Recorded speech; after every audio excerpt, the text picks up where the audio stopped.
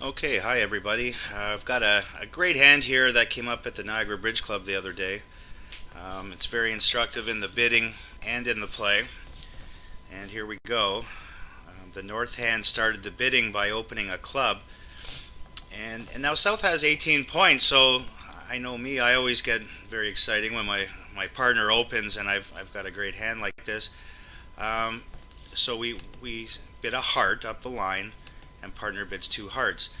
Now, this is what happened at a lot of tables. They just bid Blackwood, and I don't know how to express more. Is going slower is always a good way to go. When you bid 4-0 here with this hand, all you can hear is one key card. You can only hear my partner has the ace of diamonds. It really doesn't tell you much about the hand. You're going to have a hard time finding out a king of spades or what kind of hand there was. At my table, I bid two spades. And it just going slower. I'm trying to describe my hand. We found our heart fit. It doesn't mean we're trying to find another suit. We're just describing our hand. And my partner over two spades made a really good bid. They bid two no trump, which really warns partners sometimes. Hey, I've just got a balanced hand. If they had something special about their hand, they could, jump or do some other things if they had a long club suit. But they just have a balanced minimum, and when they bid 2-0, it's really warning partner. Hey, don't get too excited. And the bidding would have went.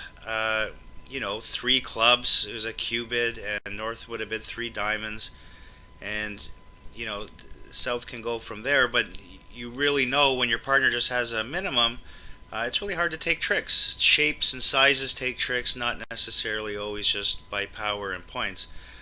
And I think that's really important, not to get too excited sometimes. And here after 4-0 trump, North bids five diamonds, which is 30-14. So they showed one key card. So we know the partner has the ace of diamonds now. And look at the South hand again. What did this do for you? It really didn't do much. You forced yourself to a slam now if you want to ask for kings anyway. So we just bid six hearts, and really I put a note here. What the heck? Because that's really really what you're saying when we just bid Blackwood in the first place. So this gets passed, and the seven of clubs is led. So this would have been our first chance to see the dummy, and it looks awful. We need a spade finesse to work, and if you look in the diamond suit, the only way that's coming home is if the queen doubleton diamond is somewhere. We play the ace and the king, and the queen drops. I mean, we can't play the jack of diamonds; they just cover it, and we're always going to have a losing diamond. So the only way to bring the diamond suit in is if queen doubleton was in a hand, which isn't impossible, but the odds are unlikely. We now have no club losers because they led a club, but as we can see, this contract is pretty hopeless. It looks like we have to lose a diamond and at least a spade because we can't do everything. And we'll get into that here in a sec.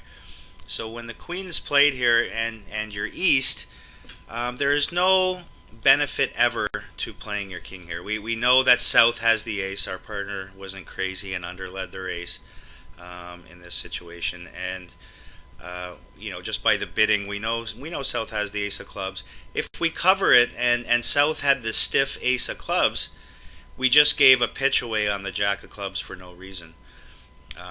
We have six clubs with that hand, and North has four, so we know partner is a singleton club here.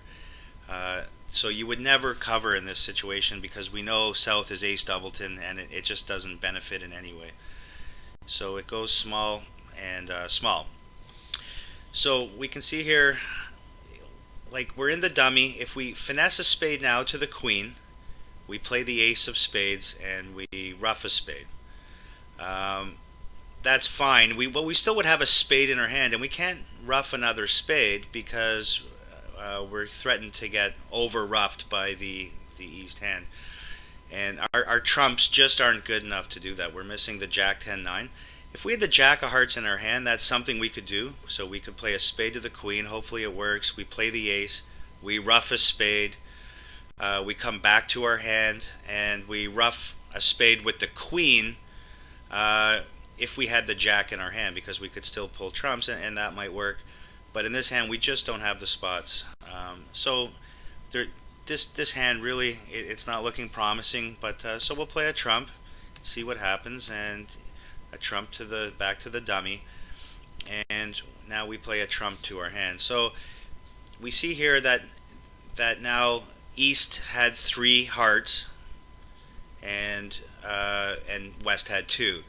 So, and from the opening lead of the seven of clubs, which really looked like a doubleton from our point of view, a singleton or doubleton, because we were missing the 2, 4, and 5, and the seven of clubs looked like from a shorter holding. So let's see what happens. So we play the ace of clubs, and of course now West shows out. So now we know a lot about the hand. We started with 4 in the dummy clubs and 2 in our hand is 6, and West had 7.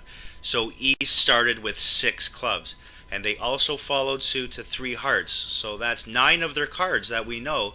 So we know that they only have 4 cards in spades and diamonds, and that's the critical thing about hands like this, is counting the shapes of the hands. So we know we have to take this spade finesse. This hand's never going to make anyway if it doesn't work. So we're going to play a diamond up to the dummy, and now we're going to play a spade to the queen, and it worked. They covered with the king, and now we play the queen of spades, and now we still know. Remember that we still know that East still has 4 more clubs, so they only have 1 more card. And this is the crucial thing, that maybe that from our beginning we talked about the queen doubleton diamond. Maybe our dreams will come true, is that they don't have any more spades, and they started with queen doubleton diamond. But there's we're going to find out. We're going to play a spade here and rough it, and here we go. East followed suit, so we know that East now has no diamonds, because we counted the hand out. We know they only have clubs left, so we know all the remaining cards in West's hand. West has the spade left and the 3 diamonds. So notice West has a problem, because they have to guard the spade. We still have a spade in our hand, so they can't pitch their spade. So they have a real problem here. And they also have the queen of diamonds. And so this is where the end play comes in, is that when we rough a club back to our hand, and notice here, just one sec, so when we rough a club, that West couldn't pitch a spade, because that would have made our 6 good. So we know the whole thing that's going on now is that we can just throw them in with a spade, and we pitch a club from dummy, and there's our end play. West now has queen and a diamond opposite our king and our jack, and there's nothing they can do. So this is a great hand for how not to bid. South went crazy and got rewarded on this hand, but in reality, a lot of people didn't play this hand properly anyway. It's a bad slam. At our table we were in 4 and got most of the match points for making 6 anyway. The people that were in 6, a lot of them went down. One person made it, which was good. But the thing is to go slow with 2 balanced hands. I mean, a lot of luck was involved here in making 6, but sometimes luck pays off, and by counting the shapes of the hands and the points of the hands, and really paying attention to what our opponents are throwing away, we were able to set this end play up. So that was kind of neat. So thank you very much, and enjoy your evening.